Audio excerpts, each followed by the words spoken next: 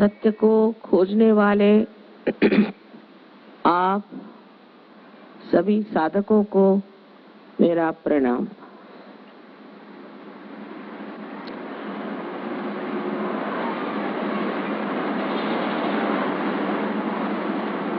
ये तो मान लेना पड़ेगा कि हमने अभी तक केवल सत्य को प्राप्त नहीं किया, एब्सोल्यूट ट्रूथ को प्राप्त नहीं किया। नम्रतापूर्वक इस बात को अगर हम मान लें कि हमने अभी तक उस केवल सत्य को प्राप्त नहीं किया जो सबके अंदर एक ही तरह की भावना, विचार और संवेदना प्रस्थापित करता है।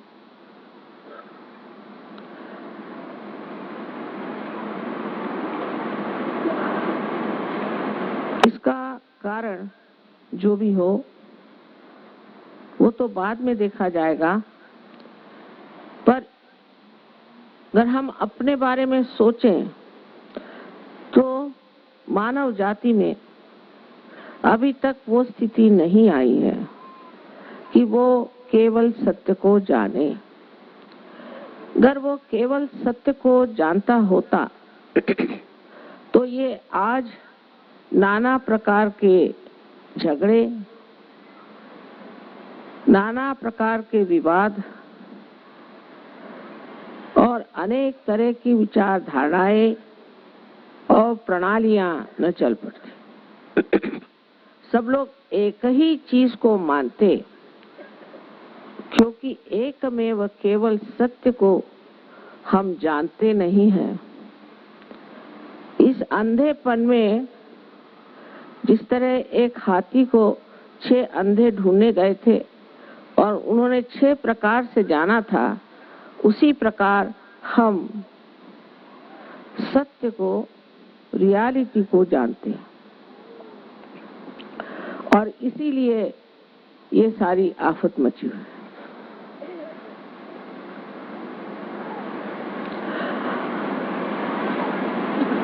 किस किस तरह के हमारे सामने प्रश्न हैं जिसका हल सब सोचते हैं, कोई नहीं। जैसे कि हमारे यहाँ आजकल वातावरण की दूषित इकोलॉजिकल प्रॉब्लम है, पॉलिटिकल प्रॉब्लम है, इकोनॉमिक प्रॉब्लम है, फैमिली का प्रॉब्लम है, व्यक्तिगत हमारा पर्सनल भी बहुत सा प्रॉब्लम है, शारीरिक है, मानसिक है, बौद्धिक है और आध्यात्मिक भी। सबके लिए एक एक प्रश्न ही है। जीवन एक प्रश्न हो गया। इस प्रश्न का हल जब हम बुद्धि से करते हैं तो शब्द के जाल में फंस जाते। विचारों से जब हम किसी चीज को सुलझाना चाहते हैं तो और उलझ जाते हैं, क्योंकि विचार जो है धीरे धीरे नई नई इमारतों का सर्जन करते और उस इमारतों में हम लोग खो जाते हैं। ये भ्रामकता इस कलियुग की विशेष आशीर्वाद रूप एक दान है और ये भ्रामकता प्राप्त होने से ही आज मनुष्य अंधेरे से उठना चाहता है और प्रकाश को प्राप्त करना चाहता है, क्योंकि इसकी यातनाएं अब सह्य नहीं, सहन नहीं होती। इसको महसूस कर रहे हैं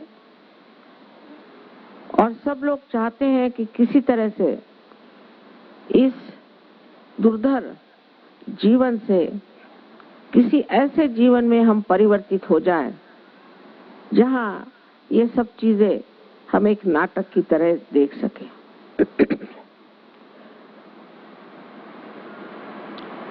जब हम साइंस की ओर बढ़ते हैं और पाश्चिमात्य देशों का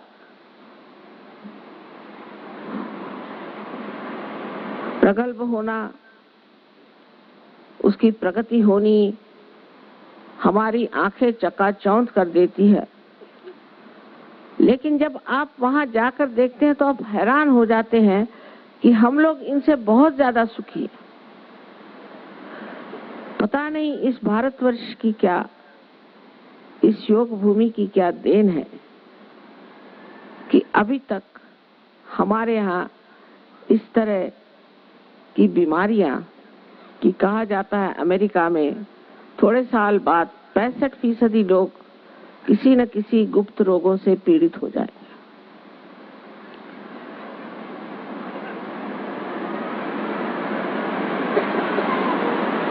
इस भारतवर्ष के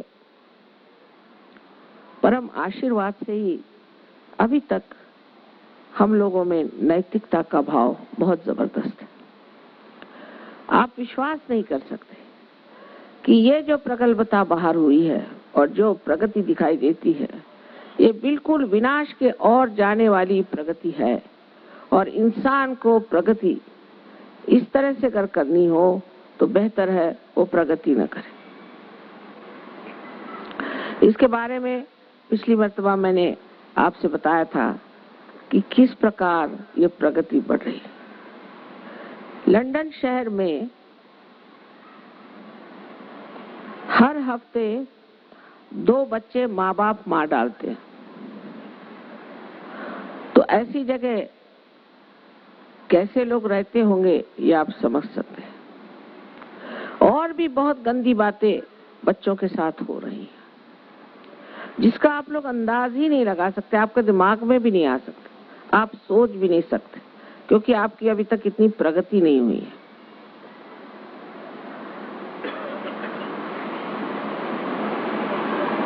अगर आप न्यूयॉर्क चले जाइए तो आप कोई सोने की चीज पहन के जा नहीं सकते, इतना समृद्ध देश है। लोग कहते हैं उनके पास बहुत गोल्ड रिजर्व है, आदि आदि आदि।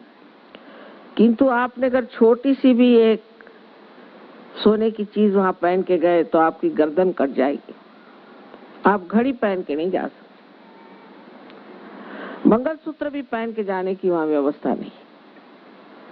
इस प्रकार की अराजकता ये बड़े बड़े प्रगतिशील देशों में हो रही है। और इस कदर मूर्ख और मूढ़ लोग हैं कि उनके मूर्खता का वर्णन ही नहीं कर सकते। जैसे एक एक्ट्रेस की 8वीं शादी हुई, 8वीं। अपने यहाँ अगर किसी की दूसरी शादी हो तो लोग उसका मुंह नहीं देखेंगे, उसको घर में नहीं आने देंगे। इनकी 8वीं शादी हुई और 8वीं शादी का हनीमून देखने के लिए वहां आपसे ज्यादा लोग पहुंचे हुए थे। और हेलीकॉप्टर से लोग उनका फोटो लेने के लिए पैराशूट कर रहे थे, जो 10 हेलीकॉप्टर थे। तो वो लोग आकर के धड़ाधड़ इन लोगों पे गिरे जो देख रहे थे, प्रेक्षक थे। वो फोटो लेना चाहते थे पर वो तो उन पे आके गिर गए और कुछ जा करके खजूर में अटक गए। इस तरह की मूर्खता की बात अपने देश में कोई भी नहीं कर सकता। तो मनुष्य की प्रगल्भता, मैच्योरिटी जो आज हिंदुस्तान में है, उसका आपको अंदाज नहीं। उन लोगों पे हंसी आती कभी। बात बात में वो कहेंगे कि मैं तुझसे घृणा करता हूँ। आप बताइए, अपने यहाँ अगर कोई ऐसा कहे तो लोग सोचे से पागल खाने छोड़ाओ। किसी से घृणा करना ये पाप है, ये अपने देश में सब लोग जानते हैं। कोई आपने सुना है हिंदी में, उर्दू में, मराठी में या तमिल में ऐसी बात कहेगा कि मैं तुझसे घृणा करता हूँ, आई हेट यू? वहां उठे बैठे लोग ये बात कर।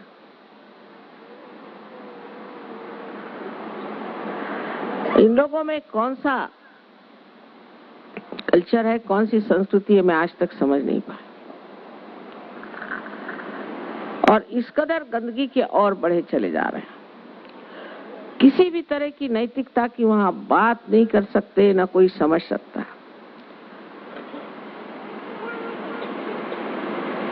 90 साल के सिनेमा एक्टर और एक्ट्रेस शेक डांस के लिए निकले।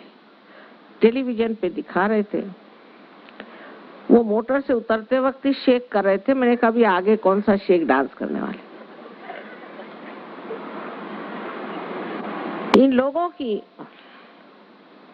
जो दुर्दशा है वो अगर आप वाकई एक साक्षी स्वरूप होकर देखें तो समझ लेंगे कि अपनी देश में बहुत बड़ी प्रगल्भता है। बेवकूफी की बातें अपने यहाँ कोई नहीं कर सकता, और कोई करे तो उसे फौरन लोग ठिकाने लगा देते हैं।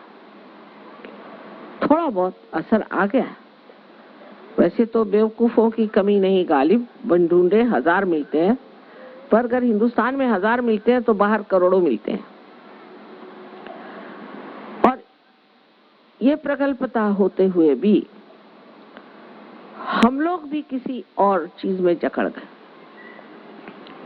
और उस जकड़न के कारण हम लोग भी नहीं उठ पाते उस सत्य की ओर जिससे हमें प्रकाश मिलने वाला है। और हमारी जकड़ जो है वो है अंधश्रद्धाएं। किसी भी चीज में हमने विश्वास कर लिया तो वो परम विश्वास हो जाता है।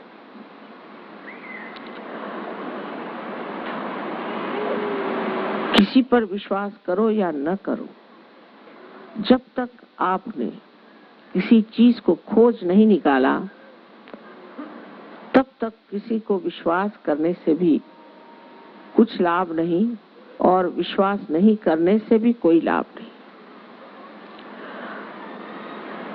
तो जब हम सत्य की खोज पे निकले हैं तो पहले जान लेना चाहिए कि सत्य क्या है। इस सत्य को भी अगर आप देखें तो हर एक धर्म में कहा गया, किसी भी धर्म में खराबी नहीं। आप इस्लाम को पढ़िए तो सोचिएगा कितना उत्तम धर्म है। आप हिंदू धर्म के बारे में पढ़ें तो कहेंगे कितना उत्तम धर्म है। सिखों का धर्म कितना उत्तम है, बुद्धों का धर्म कितना उत्तम है, जैनियों का धर्म कितना उत्तम है। लेकिन ये सब उत्तमोत्तम सारे जो पुष्प एक अध्यात्म के वृक्ष पे आए थे वो आज सब ने तोड़ लिए हैं, और हर एक इस टूटे हुए, मुरझाए हुए, मरे हुए फूल को मेरा ये करके झगड़ा कर रहा है। इसका भी एक कारण है कि ये जीवंत फूल क्यों टूट गए। कारण ये धर्म, कोई सा भी धर्म, या तो पैसे के पीछे दौड़ रहा है, मनी ओरिएंटेड है, और या तो सत्ता के पीछे में पावर ओरिएंटेड है। लेकिन कोई भी आत्मा के तरफ ध्यान नहीं दे रहा। जो सब धर्मों में कहा है कि आत्मानुभव लिए बगैर आप जान ही नहीं सकते कि सत्य क्या है।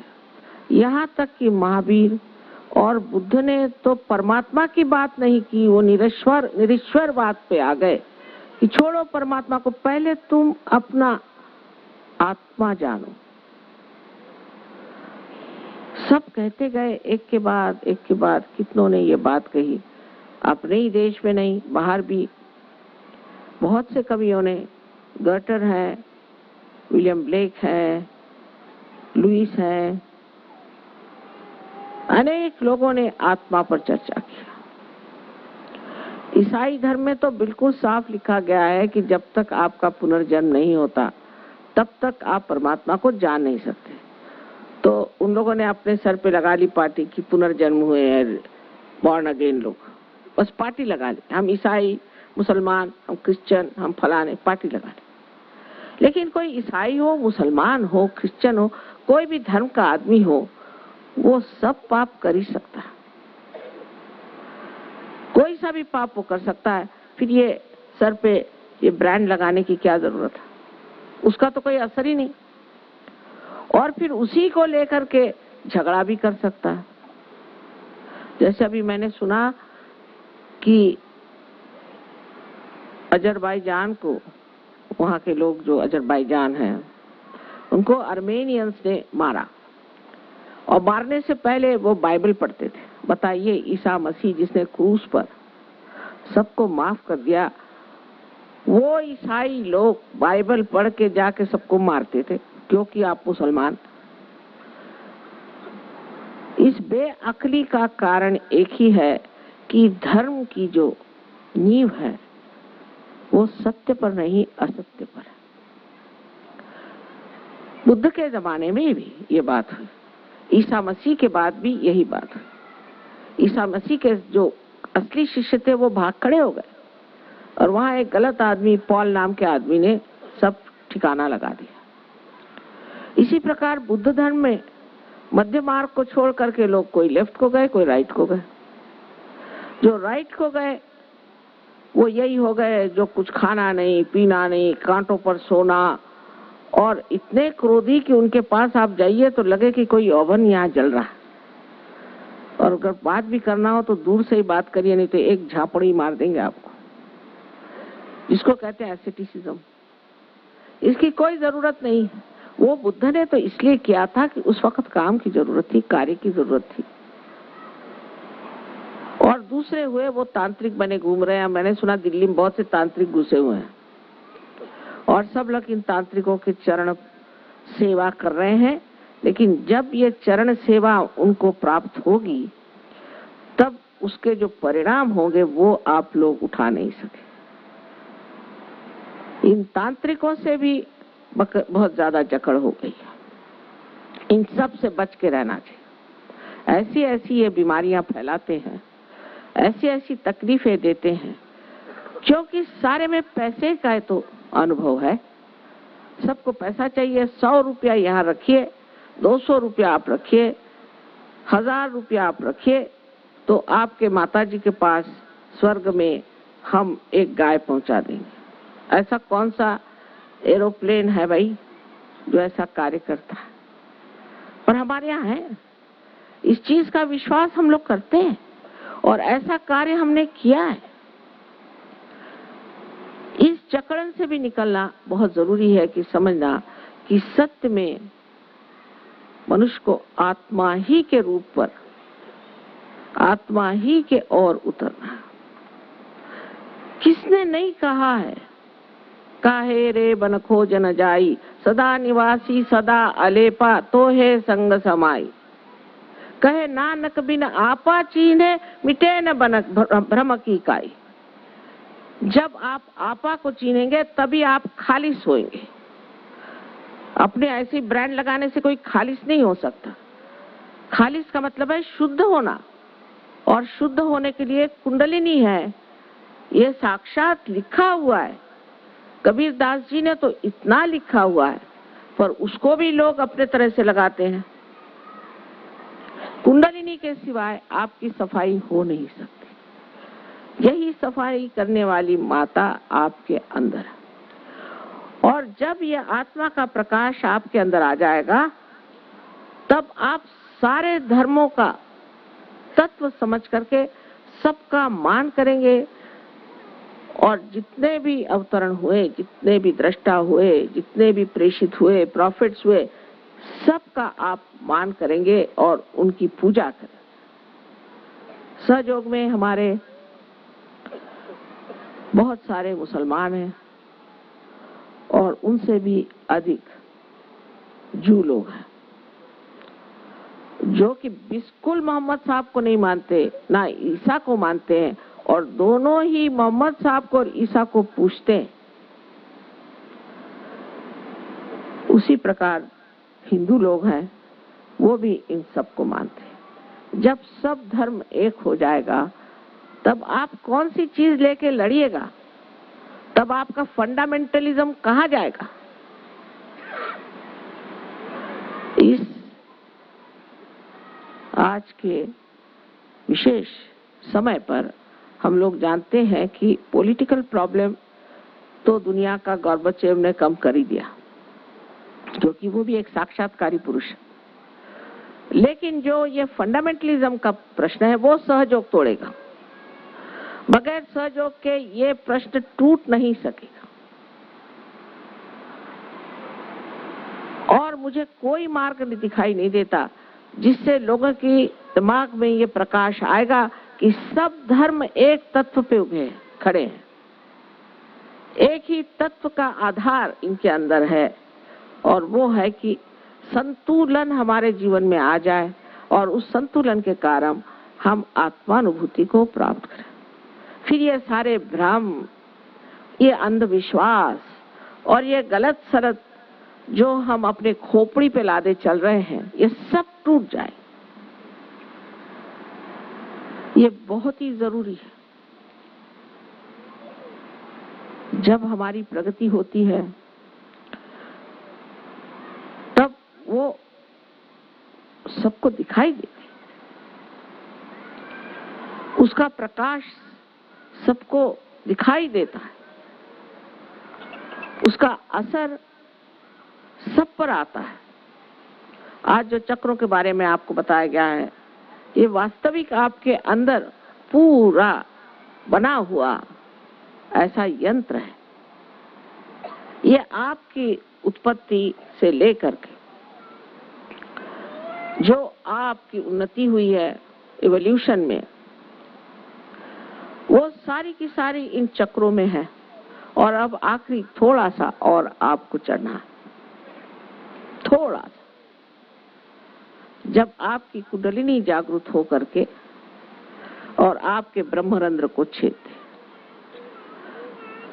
उसी के साथ साथ क्योंकि आपका शारीरिक, मानसिक, बौद्धिक और आत्मिक जितना भी कुछ कार्य है वो यही चक्र करते हैं, इसलिए जैसे ही कुंडलिनी आपके इन चक्रों में जागृत हो जाएगी, वो उसको प्लावित करेगी, नरिश करेगी और उसको समग्र करेगी, उन चक्रों को पिरो देगी एक धागे में। माने आप में समग्रता आ जाएगी, इंटीग्रेशन आ जाएगा। और आपके सेंट्रल नर्वस सिस्टम पर, आपके मज्जा तंतु पर आपको महसूस होगा, सत्य आपको महसूस होगा। अब सत्य क्या है?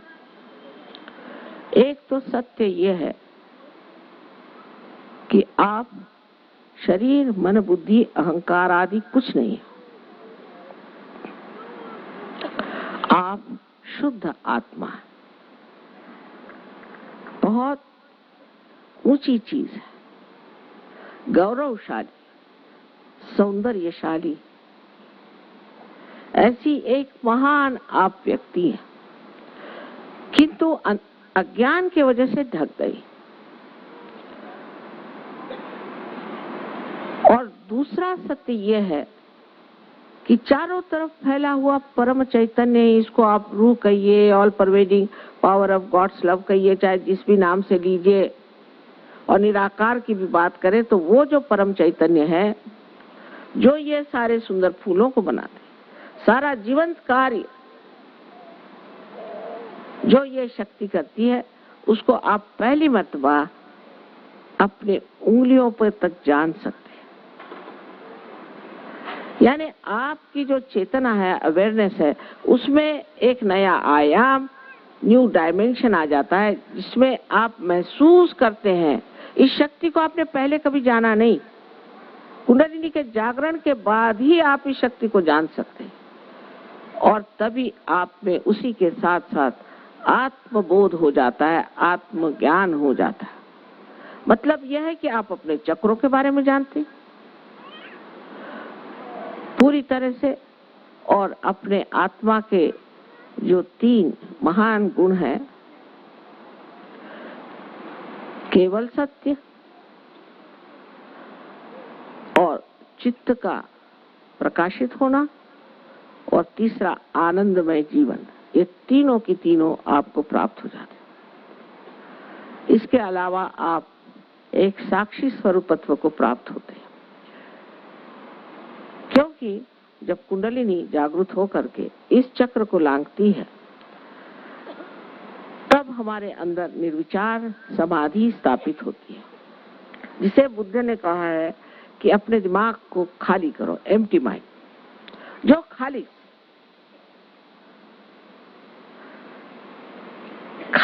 कर दो, इस दिमाग को खाली करो, क्योंकि विचार जो है ये वर्तमान से और आते नहीं, आते कहाँ से है? भविष्य से, और या तो भूतकाल से, वर्तमान से आते नहीं। वर्तमान में आप आ नहीं सकते, प्रेजेंट में आप आ नहीं सकते। मैं अभी कह दूं कि आप प्रेजेंट में जाइए, आप जा नहीं सकते, और प्रेजेंट ही सत्य है, बाकी तो सब असत्य है, क्योंकि जो हो गया सो खत्म हुआ और जो हुआ नहीं वो मालूम ही नहीं क्या होने वाला है। तो जब ये कुंडलिनी इस चक्र पे आ जाती है तब आप निर्विचारता में आ जाते हैं, क्योंकि आपके दोनों जो यहाँ पर ईगो और सुपर ईगो दिखाए गए हैं, आपकी जो कंडीशनिंग है और आपका जो अहंकार है, ये दोनों की दोनों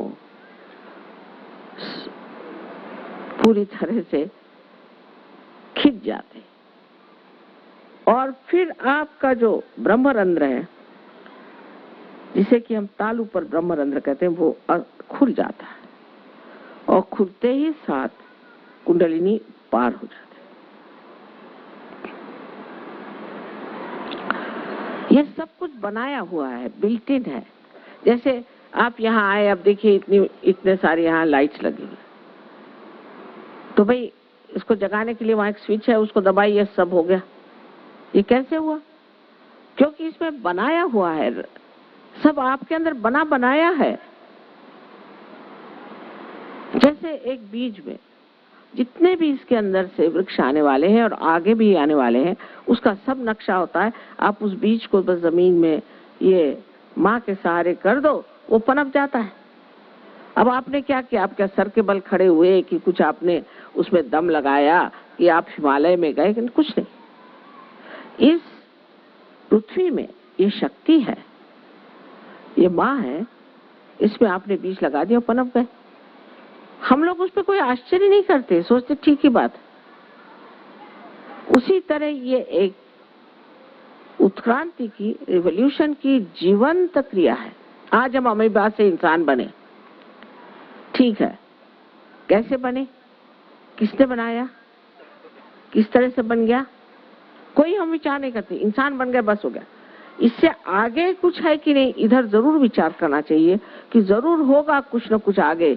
नहीं तो हम लोग इतने भ्रम में क्यों हैं, इतनी आफत में क्यों हैं? क्या हम इंसान इसलिए बने कि इस आफत में पड़ जाए? कि बहुत से लोग सोचते हैं सुसाइड कर डालो, इस जिंदगी से बाहर आए। ये क्या जिंदगी है? इस जिंदगी का अगर मजा ही नहीं मिलने वाला, मनुष्य जीवन का अगर आपको आनंद ही नहीं आने वाला है, तो ऐसे जिंदगी से तो बाज आए। तो कुछ न कुछ तो आगे को चीज होगी ही, और वो क्या चीज है? वो है परमात्मा का साम्राज्य। उसको प्राप्त नहीं करना है, वहां आपको निमंत्रण, आप आइए, बाकायदा आपको बुलाया गया है। इसीलिए आप साधक हैं, इसीलिए आप खोज रहे हैं, और इसीलिए आप प्राप्त भी करेंगे उस चीज को। इसी वक्त आपके अंदर एक और नया आयाम प्रकटित होता है, जिसे सामूहिक चेतना कहते हैं। सामूहिक चेतना का मतलब यह है कि जैसे आप अपने चक्रों को महसूस कर सकते हैं, उसी तरह आप दूसरों के भी चक्रों को महसूस कर सकते हैं। इतना ही नहीं, पर दूसरा कौन है? जब आप एक ही महामानव के अंग प्रत्यंग बन गए, इस उंगली से ये उंगली कोई दूसरी है, इस हाथ में कोई शिकायत होती है तो दूसरा हाथ आकर के उसे मदद करता है ना, फौरन। उसी प्रकार आप सब जागरूक हो जाते हैं उस महामानव में, उस विराट में, उस अकबर में। और तब आपको आश्चर्य होता है कि अरे ये हम सामूहिकता में कहाँ, सारी दुनिया आपकी हो गई। मैं जब रशिया गई थी, रशियन लोगों के लिए क्या कहें, हम सबसे वही अच्छे हैं। मैं आपसे कहूँ, हम लोग धर्म के बारे में इतना जरूरत से ज्यादा जानते हैं कि कुंडलिनी काम नहीं करती। और रशिया में आप सोचे, जहाँ पे धर्म के बारे में कुछ नहीं जानते, भगवान के बारे में कुछ नहीं जानते, और ना ही कोई वो इतना ज्यादा मटेरियलिस्टिक है, उन लोगों के लिए सहयोग इतना सरल है। एक एक प्रोग्राम में 16-16 हजार लोग आते थे और सारे के सारे पार हो जाते हैं और जमते हैं। उसकी इतनी इज्जत है उनको। हिंदुस्तान में पार हो जाएंगे, पर जैसे अपने फ्रीडम की हमें इज्जत नहीं, उससे भी कम इज्जत अपने सेल्फ रियलाइजेशन की, उससे भी कम हमें अपने आत्मानुभूति की। हम चिपके ही रहते, तो भी वही चीजें करते रहते। और वो ऐसे जम गए, एक सिर्फ शहर तलियाती, वहां पर 22 हजार सहयोगी हैं। एक दिन रशिया ऐसा देश बन जाएगा कि हम लोग कहीं नहीं रह जाएंगे। वही मंदिरों के चक्कर, वही मस्जिदों के चक्कर, वही गुरुद्वारे के चक्कर। अरे भाई, अस्पताल में जाने से आप ठीक हो जाएंगे, प्रिस्क्रिप्शन को पढ़ने से आप ठीक हो जाएंगे। दवा लीजिए, दवाई तो लेनी नहीं, प्रिस्क्रिप्शन ही पढ़े जा रहे हैं। वो लिख गए प्रिस्क्रिप्शन कि ये दवा लीजिए। अब कहे नानक बिन आपा चीने मिटे न भ्रम की काई, बस पढ़ते जाओ। उसे क्या भ्रम मिट जाएगा पढ़ने से? इधर कोई बाइबल पढ़ रहा है, उधर कोई कुरान पढ़ रहा है, उधर ग्रंथ साहब पढ़ रहे हैं, कोई कुछ पढ़ रहे हैं, कुछ खोपड़ी में तो जाता ही नहीं है। क्योंकि आपके अंदर आत्मा का जागरण नहीं। आत्मा के जागरण के बाद धर्म आत्मसात होता है, अंदर खिंचते जाता है। आपको आश्चर्य होगा कि लंदन के लोग तो आप जानते हैं ना, उनके दिमाग कितने कड़क होते हैं। वहां पर सहयोग में जो पार हुआ, दूसरे दिन उसके ड्रग्स छूट गए, शराब छूट गई, सब छूट गया। मैं किसी से कहती नहीं हूँ कि शराब मत पियो, क्योंकि आधे लोग उठ के चले जाएंगे। ये तो बहुत ही बुरी बात है कहना कि शराब मत पियो, सिगरेट मत पियो। बाप रे बाप, ये तो मैं कहती नहीं, आप ही छोड़ देंगे। मैं कहती इस गली में आ जाओ, फिर देखती हूँ अपने आप ही छूट जाएगा आपका। क्योंकि न कि आप उसे देखते हैं कि ये खराब चीज है, लेकिन आपके अंदर शक्ति आ जाती है, आप छोड़ देते हैं। कुछ कहने की जरूरत नहीं, ये छोड़ वो छोड़, सब छोड़ के आप सीधे हो जाते हैं। नहीं, मैं कहती हूँ कि आप गुस्सा छोड़ो, गुस्सा ही भाग खड़ा हो जाता है आत्म साक्षात्कारी आदमी से। तो इस अपनी शक्ति को हमें प्राप्त करना है, और इस शक्ति को प्राप्त करने के बाद आपको हैरानी होगी कि सारे संसार में हजारों लोग आज इस शक्ति से प्रकाशित हुए। ये कोई मेरी शक्ति नहीं है, यह आपकी अपनी शक्ति, आपकी माँ है। ये आपका अपना गौरव है जिसे आपको प्राप्त होना है। मैं तो सिर्फ जैसे कोई एक जला हुआ दिया होता है, वो दूसरा दीप जला देता है, इस तरह से मैं आपका दीप जला देती हूँ, फिर आप जलाते फिरिए। आप में यह शक्ति आ जाएगी कि आप दूसरों की कुंडलिनी जागृत करें, लोगों को ठीक करें, और ज्ञान का भंडार आपके अंदर खुल जाए, शुद्ध ज्ञान का। असल क्या नकल क्या आप फौरन पहचान लेंगे। आपके उंगलियों के इशारों पर कुंडलिनी चलेगी। ऐसी आपके अंदर शक्तियां हैं। अब आप कहेंगे कि माँ, पहले जमाने में तो एक आदमी कहीं पार होता था, वो जितने खोज रहे थे पहले जमाने में, वो सब आज यहाँ सामने बैठे हुए। और सबको ये पाना है। सिर्फ आत्मविश्वास होना चाहिए कि हम सब पार हो जाएंगे, और दूसरा निश्चय होना चाहिए, व्रत निश्चय होना चाहिए कि पार होने के बाद हम इसमें बढ़ेंगे, अग्रसर होंगे और अपनी पूरी वृद्धि कर लेंगे। नहीं तो जैसे अंकुरित हुआ एक बीज है वो कैसा बेकार जाता है, ऐसे ही लोग पार तो हिंदुस्तान में बहुत जल्दी हो जाते हैं, कुछ करना नहीं पड़ता। ये तो आपकी इस भूमि का ही प्रसाद है। मुझे तो बाहर इतनी मेहनत करनी पड़ती है, यहाँ तो मुझे कोई मेहनत नहीं करनी पड़ती। हिंदुस्तानी आदमी एकदम से खट से पार हो जाता है, उसकी कुंडलिनी एकदम जागृत हो जाती है। बड़े पूर्व पुण्यों की वजह से आप इस देश में पैदा हुए, बहुत पूर्व पुण्य के थे, इसलिए इस देश में आप पैदा हुए। और अब आप जानिएगा कि कितने जल्दी आपकी कुंडलिनी जागृत होती है। लेकिन फिर उसको आगे वृद्धिंगत करना, उसको बढ़ाना है। ये कनेक्शन पहले जब हो जाता है उस परम शक्ति से, तभी योग घटित होता है। श्री कृष्ण ने क्या कहा? योग क्षेम वहाम्यम। उन्होंने क्षेम योग नहीं कहा। अभी एक कोई कह रहे थे साहब मैं कृष्ण का नाम इतना लेती हूँ, देखिए मेरा गला बैठ गया। मैंने कहा देखो कृष्ण तो यहीं बसे हुए हैं और तुम्हारा गला क्यों बैठ गया भाई? क्योंकि आपको अधिकार नहीं, आपका योग नहीं बना। जब तक आपका योग नहीं बना है, क्या फायदा है टेलीफोन करने से अगर आपका कनेक्शन ही नहीं बना? इसीलिए आपका गला खराब हो गया। और हो सकता है श्री कृष्ण भी नाराज हो। क्या वो आपके नौकर है हर समय उनका नाम लेने के लिए? अरे आप वैसे ही कोई 10 बार आपका नाम ले तो कहे क्या पागल कुत्ते ने काटा है, काहे मेरा इतना नाम ले रहा है? तो यहाँ आपके प्रेसिडेंट साहब है, उनका नाम अगर आप लेते हुए पहुंच जाइए तो पुलिस पकड़ लेगी आपको। कुछ तो कारण होना चाहिए। बेकारी में उनका नाम लिए चले जा रहे, तो वही स्वयं नाराज है आपसे। नाम वाम लेने से भगवान नहीं मिलने वाले। और बहुतों ने इसी तरह से चीजें घुसेड़ भी दी हैं अपने धर्म शास्त्रों में कि बस नाम रटते रहो। वो शायद इसलिए भी कहा होगा उन्होंने कि इधर उधर जाने से अच्छा बाबा नाम ही रटो। पर अब छोड़ो ना, जिस सीढ़ी पे चढ़ते थे अब वो सीढ़ी खत्म हुई, अब ऊपर क्यों नहीं आते? अब उसी सीढ़ी को चिपके बैठे हो।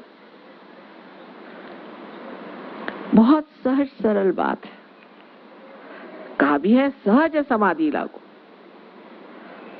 सहज में ही समाधि लगती।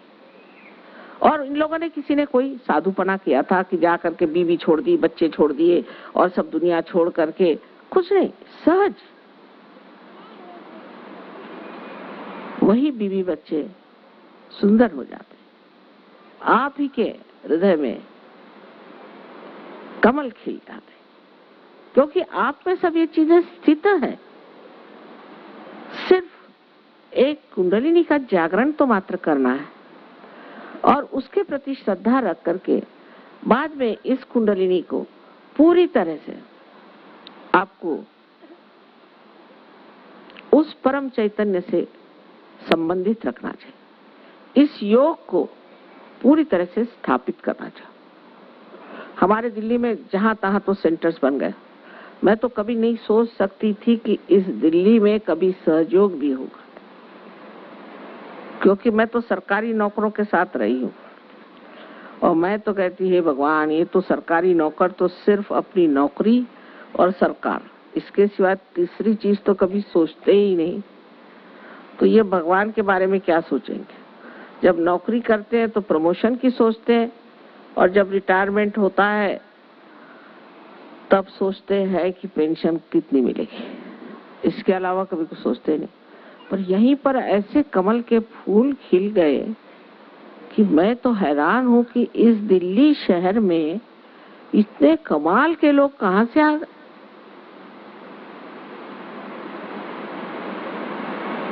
ये भी कोई पूर्व जन्म की चीज है कि इस दिल्ली शहर में भी इतने साधक सच्चे मन से आए और चाहते हैं कि उनको ये कुंडलिनी का प्रसाद मिले। टाइम क्या हो रहा है आपके? हैं? 8:30। तो मैंने ये सोचा था आज के थोड़ा सा टाइम है, अगर आपको कोई प्रश्न वश्न पूछना हो तो पूछ लीजिए, क्योंकि दिल्ली के लोग जरा सोचते ज्यादा, दिमाग ज्यादा चलता है। और प्रश्न इसलिए पूछिए क्योंकि आपका बाद में जिस वक्त हम कुंडलिनी का जागरण करेंगे उस वक्त में आपका दिमाग आपको न कहे कि तू प्रश्न पूछ ले, इसलिए। और दूसरी बात है कि आप पूरे स्वतंत्र हैं, आप चाहें तो जागरण लीजिए और न चाहे तो मैं कर ही नहीं सकती जागरण, आपका असंभव।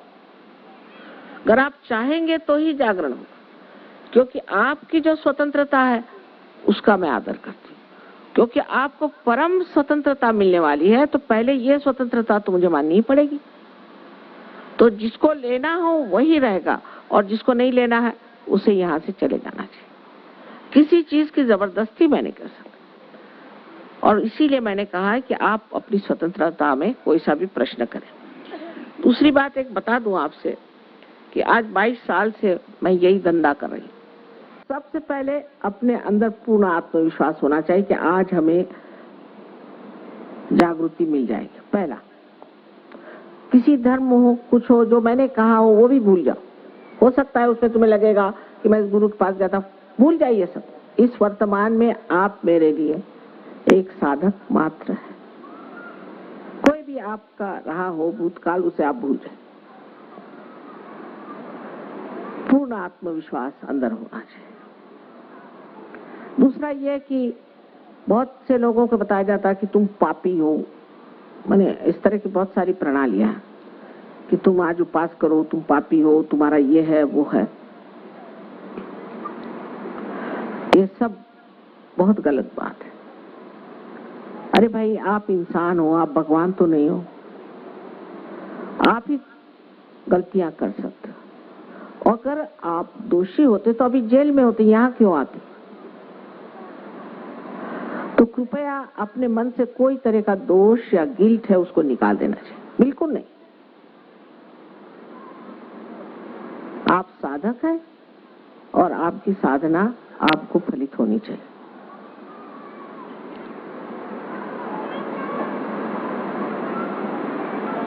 तीसरी चीज है कि आप सबको एक साथ क्षमा करते हैं।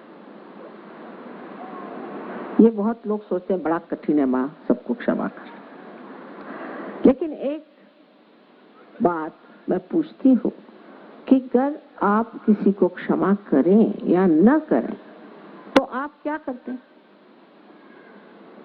कुछ भी नहीं करते। पर अगर आप क्षमा नहीं करते हैं तो जो आपको सता रहे हैं, जिन्होंने आपको सताया है, उनके हाथों आप खेलते हैं और उनकी जगह आप अपने को सता रहे हैं, तो फायदा क्या? लॉजिकल चीज। सिर्फ आप इतना मन में कह दे कि मैंने सबको क्षमा कर दिया, बिल्कुल पूरी तरह।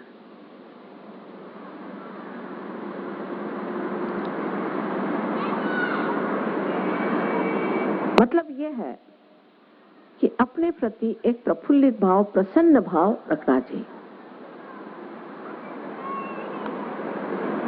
न कि अपने को किसी तरह से नीचा गिराएं या किसी तरह से दूषित समझें, लेकिन एक प्रसन्न भाव से बैठे। भक्त लोग अभी विभक्त हैं, अभी भक्त हो जाएंगे।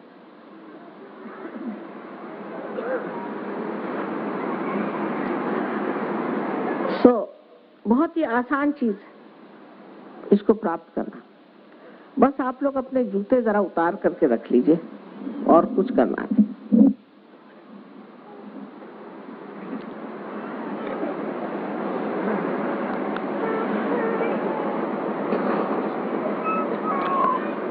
अब मैं आपको इस भारत भूमि की विशेषता बताती हूँ। आप ऐसे हाथ करें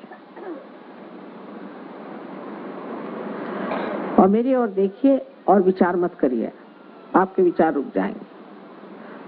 निर्विचार समाधि फौरन आ जाए। अपने पे विश्वास रखें, पहली चीज, शंका नहीं करना।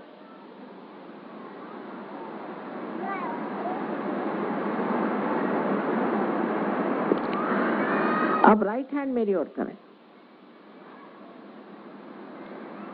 और सर को नीचे झुका के ब्रह्मरंध्र के ऊपर आधान ऊपर इस तरह से लेफ्ट हैंड रखें, सर झुका लें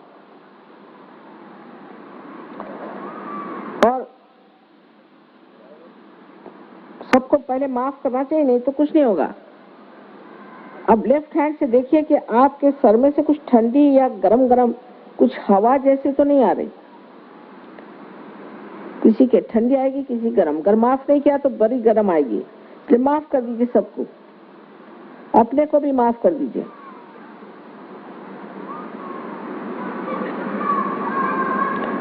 अब लेफ्ट हैंड मेरी ओर करें, सर झुका के देखना चाहिए, लेफ्ट हैंड मेरी ओर। अब फिर सर झुका के देखिए,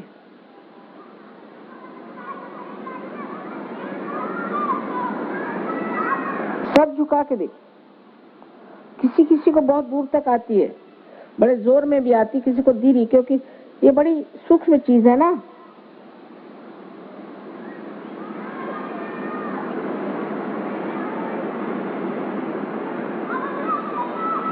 हाँ, अब फिर से राइट हैंड मेरे।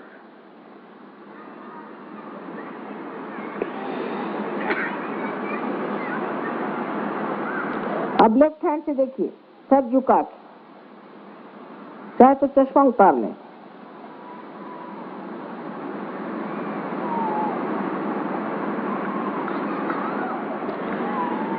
अब दोनों हाथ आकाश की ओर करें और सर पीछे की ओर करके एक सवाल पूछें कि क्या माँ यही परम चैतन्य है, यही ब्रह्म चैतन्य है? कोई सा भी एक प्रश्न पूछे, क्या यही परमात्मा की प्रेम शक्ति है? पीछे सर ऊपर की तरफ आकाश की ओर 3 बार प्रश्न करें।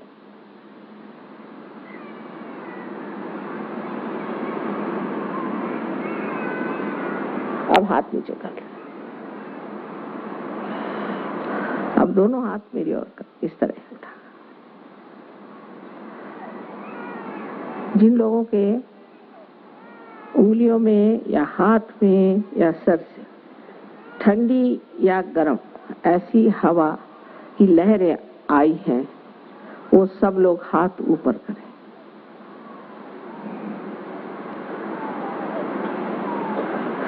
ये है अपनी भारत भूमि। सबको मेरी वंदना। जिस भूमि पर आप बैठे हैं उसकी ये कमाल है, नहीं तो आधा घंटा मुझे मेहनत करनी पड़ती है, हर एक चक्र को पकड़ना पड़ता है, लेकिन आप लोग सब पार हो गए। अधिकतर, कुछ नहीं हुआ, अधिकतर सब लोग पार हो गए। लेकिन अब इसके आगे कैसे जाना है,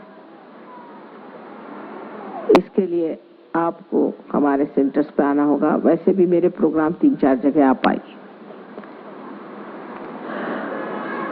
और ये जान लीजिए कि ये आपके विचार से परी चीज है, इसलिए इस पे कोई आर्ग्यूमेंट नहीं हो सकता। आप सबको समाना है, आप सबकी बड़ी जिम्मेदारी है, क्योंकि आप भारतीय हैं। इसके बारे में जो कुछ भी आपको जानना है, सब कुछ आप जान सकते हैं बिना मूल्य। इसका कोई मूल्य नहीं, अमूल्य। देख लीजिए, देख लीजिए, अब भी आ रही, एक दूसरे के सर में भी देख सकते, इधर देख लीजिए।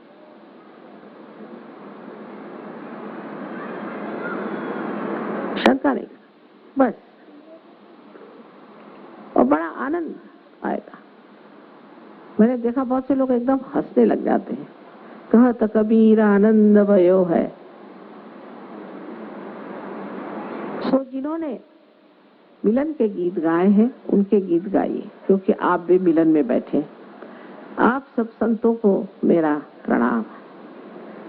लेकिन अब जान लीजिए कि आप संत हो गए हैं, बस इस योग को पूरी तरह से स्थापित करना है। उसके लिए बहुत समय की जरूरत नहीं, ध्यान सवेरे 5 मिनट, शाम को 10 मिनट ही करना होगा, लेकिन सामूहिकता में आना जरूरी है। ऐसे आप आइए और इसे प्राप्त करें, और जिन्हें अभी आज नहीं हुआ कल प्रोग्राम में आए वो भी प्राप्त कर सकते। सब लोग इसे प्राप्त कर सकते हैं। ये सबके लिए है। मेरा आप सबको अनंत आशीर्वाद।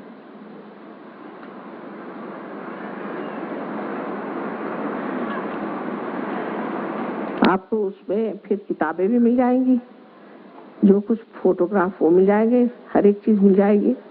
पर पहले हम इसलिए नहीं किताबें देते कि फिर पढ़ने लग गए तो वही हो गया। सहयोग में बहुत से लोग हैं, सहयोग खूब पढ़ लिया, सब जानते हैं, पर चैतन्य नहीं, वाइब्रेशंस नहीं, ये किसी काम की बात नहीं। चैतन्य होना चाहिए, वास्तविकता होनी चाहिए।